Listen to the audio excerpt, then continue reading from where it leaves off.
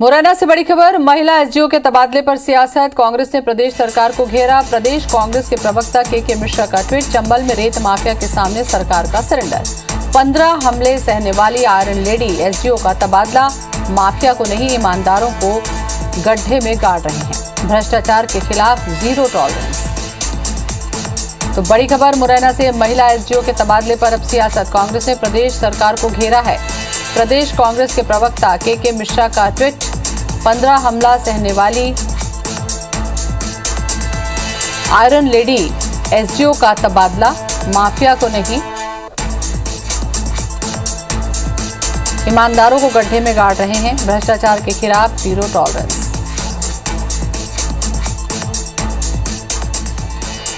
तो इस मामले में कांग्रेस ने प्रदेश सरकार को घेरा। महिला एसडीओ के तबादले के मामले में सियासत।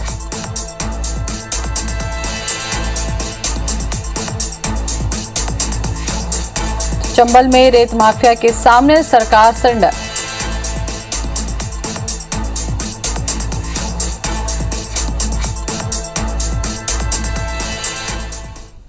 सरकार को घेरा है। प्रदेश कांग्रेस प्रवक्ता के मिश्रा ने ट्वीट किया कि चंबल में रेत माफिया के सामने सरकार का ही सरेंडर है। 15 हमले सहने वाली आयरन लेडी का तबादला कर दिया गया।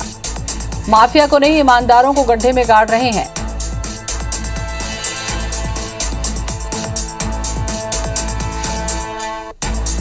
तो रेत माफिया के सामने सरकार का सरेंडर। रवि सक्सेना हमारे साथ में जुड़ चुके हैं कांग्रेस से। रवि जी, इस तबादले को क्या कहेंगे आप? नहीं, ये तो माफिया के सामने एक तरह से आत्मसमर्पण है। पूरी तरह से सरेंडर कर दिया सरकार ने। वो आयरन लेडी जो कि लगातार हमले झेल रही थी और रेत माफिया के खिलाफ कार्रवाई कर रही थी, अगर उसका ट्रांसफर अगर शिवराज जी कर रहे हैं तो मैं समझता हूँ कि इस सरकार की इससे बड़ी कोई नाकामी, नकारापन और अकर्मण्यता हो नहीं सकती है।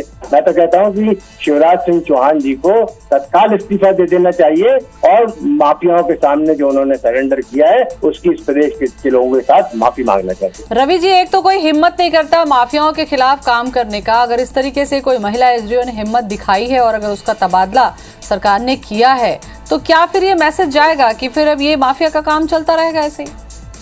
नहीं, ये तो शिवराज जी का तो काम ही है रेती की खेती करना। आप तो जानते हैं, उनने तो कहा है कि रेती की खेती होगी। तो जब रेती की खेती होगी और खेत खलिहान बर्बाद हो जाएंगे, किसान को बर्बाद कर देंगे, युवाओं को बेरोजगार कर देंगे, तो आखिर में तो उनके पास काम वही बचा है ना कि जो रेत माफिया है उसके सामने आत्मसमर्पण कर दो और जो रेती की खेती हो रही है उससे कुछ संपदा बनाओ, उससे लूटो इस मध्य प्रदेश की जनता को और नदियों का और पर्यावरण का सत्यानाश करो। यही काम है उनका। बिल्कुल। तो क्या समझे ऐसे तबादले के बाद में फिर या तो फिर अधिकारी काम और माफियाओं के खिलाफ काम ही नहीं करेंगे, ये मैसेज जाएगा? बिल्कुल, क्यों नहीं जाएगा। मैं तो समझता हूँ कि इससे ज्यादा कोई हतोत्साहित करने की बात ही नहीं हो सकती। जबकि एक हमारे आईएएस जो है उनका जो है मर्डर तक हो चुका है, जो जाबाजी के साथ लड़ रहा था जी, जो आदमी लड़ रहा था उस आदमी को। आपसे मैंने 3 सवाल पूछे। नेहा बग्गा जुड़ चुकी है, अब जरा उनसे भी सवाल ले लें। नेहा, महिला एसडीओ का तबादले पर सियासत हो रही है लगातार। जिस तरीके से उन्होंने एक्टिवली माफियाओं पर काम किया है, क्या वजह है तबादले की?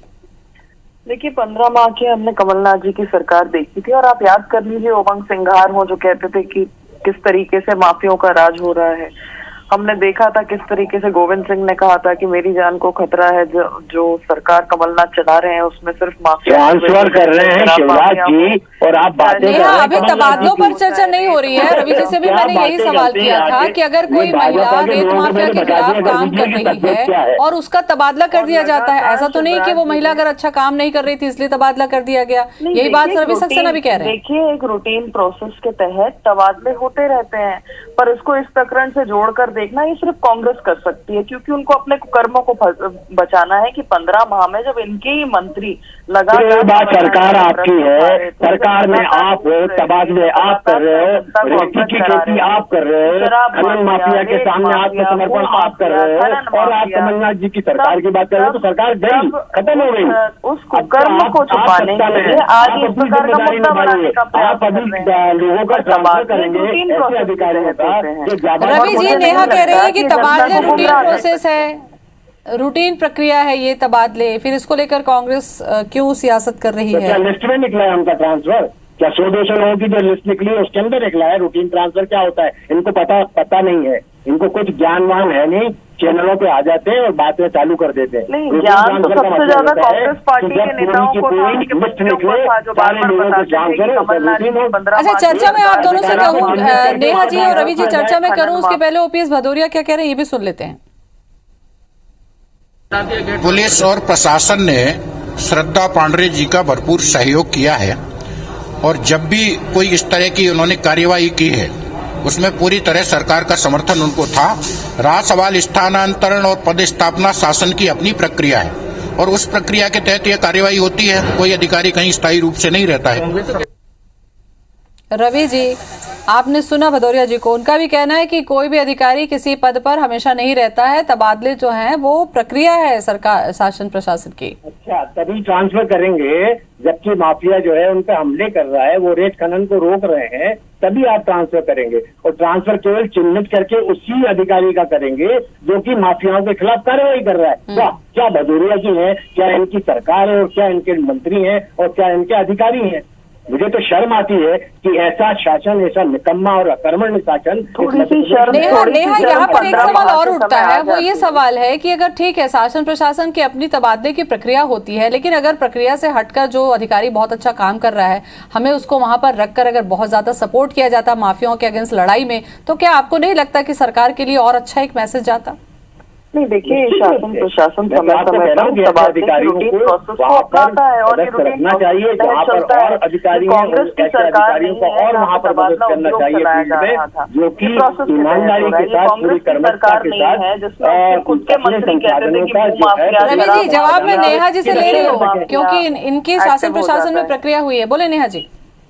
देखिए, बहुत स्पष्ट है कि एक रूटीन प्रोसेस के तहत यह तबादले की प्रक्रिया जो है वो चलती रहती है। ये कांग्रेस की सरकार नहीं है जिसमें इनके मंत्री आरोप लगाते थे कि मुख्यमंत्री ने रेत माफिया को एक्टिवेट कर दिया है, खनन माफिया को एक्टिवेट कर दिया है, भू माफिया को एक्टिवेट कर दिया है, शराब माफिया को एक्टिवेट कर दिया है। चलिए, जिस तरीके से तबादले पर श्रद्धा पांडे काम कर रहे, तबादला हुआ है श्रद्धा पांडे का, और जिस तरीके से माफियाओं पर काम कर रही थी नेहा जी और रवि जी, उसके बाद ये सवाल उठना लाजमी हो जाता है। चलिए ठीक है कि अपनी एक सामान्य प्रक्रिया के तहत हुआ। शुक्रिया आपका दोनों का जानकारी के लिए।